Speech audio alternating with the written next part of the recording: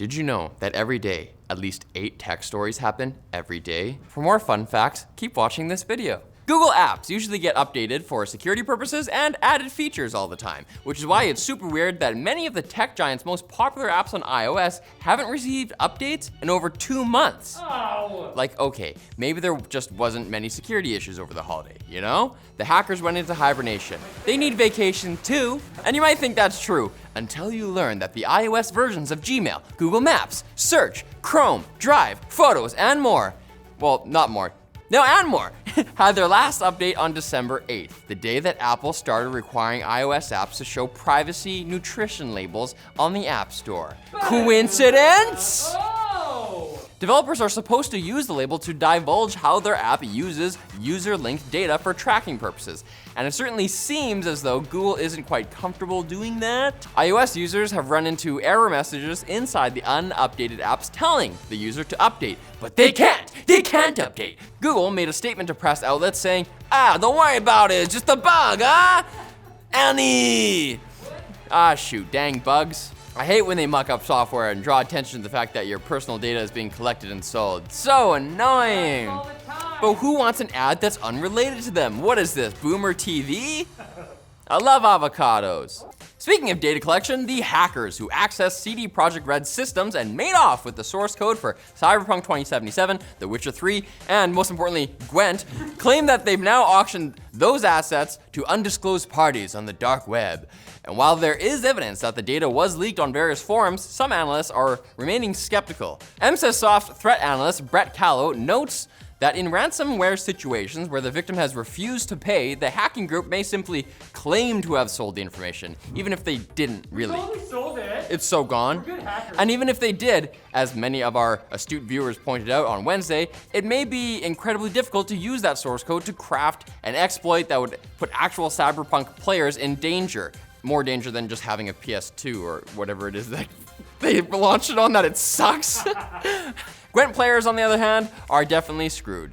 It's all about Pokemon right now, guys. And the chip shortage that has affected everything from game consoles to cars has gotten so bad that American chip makers have asked freshly minted President Joe Biden to do something about it, Mr. Joe. Wake up. That is your real name.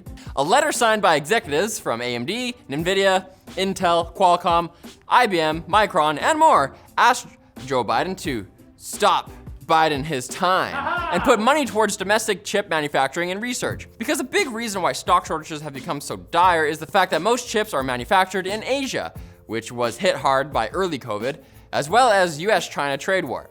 And I know it's more complicated than that, but the takeaway is that the White House is apparently looking into helping US chip makers out. I mean, it's so hard to buy a graphics card that NVIDIA may reportedly bring the GTX 1050 Ti back in circulation, you know? It's rough out here, and that's sad. Like, you sold your RTX 2080 to buy a 3080, but those are all gone, and at this point, you'll sell it for anything that'll run Among Us at 1080p. Please. Now time for Glutigiz, brought to you by my good friends at Seasonic. When I think of the way that Seasonic's power supplies deliver ultra-efficient, clean-ass power to a PC, it makes you just wanna, vibrating with power at 60 hertz.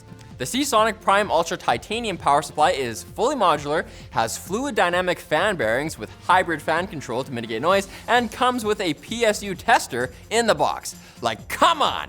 It's got a 50,000 hour life expectancy and a 12-year warranty. So, just be honest with yourself. It's okay to admit that you want this. Buy today at the links in the video description today.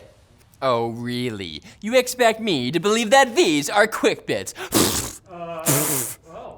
Some large tech companies, including Qualcomm, are objecting to NVIDIA's acquisition of ARM, which was announced last year but hasn't completed just yet. Qualcomm licenses ARM technology to make its processors and is concerned that NVIDIA would change existing agreements to favor their own chips.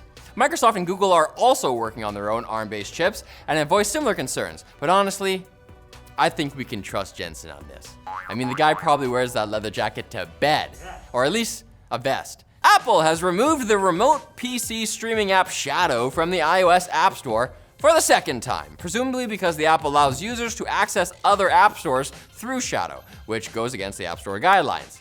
But you can do that with literally any remote PC streaming app on the App Store, making me think this is probably about the gaming thing again. Look, Apple, Can we just stream games on iOS?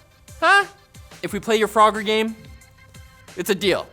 I love Frogger anyway. Would that make you happy? I'm sure it's fine. Bitcoin is having a bit of a moment. Twitter CEO Jack Dorsey and rapper and Tidal founder Jay-Z have announced B-Trust. Trust. A fund meant to kickstart development using the cryptocurrency in Africa and India. And MasterCard has announced they'll support payment with cryptocurrencies, but only the ones that meet strict stability, privacy, and legal requirements set by the company, which basically none of them do. But I'm still hodling. So actually, I guess cryptocurrency is still kind of a mixed bag, but like, imagine if cryptocurrency wasn't that. Cryptocurrency could be really cool. Engineering samples of Intel's unreleased Core i9 11900K and Core i7 11700K have leaked and received full previews with benchmarks by Romanian site Lab501 and Chinese YouTuber, I actually don't know how to say the name, but Google Translate says it means 2 loaves self-control, which I'm sure is accurate. The takeaway is that neither processor looks particularly impressive given the hype around Rocket Lake, but hey, these are early samples, and I can almost guarantee watching the full review when it comes out will be more worth your time, so subscribe to Carpool Critics. Just like Jurassic Park. And I have to admit, I'm starting to love Xiaomi for their wacky designs. I just like their balls on these guys. The Mi 11 Ultra, which was reviewed early by the YouTuber TechBuff, has a huge camera bump on the back, like it's just swole. Okay? Partially because it has a little display in there that mirrors the phone's home screen. I guess you're supposed to use it to preview selfies, but it's so small and dumb. Yeah. I love it. They just chuck stuff at the wall, like kind of like Amazon's hardware approach. Wait, what are you still doing here? That was 8 stories. There won't be any more until Monday.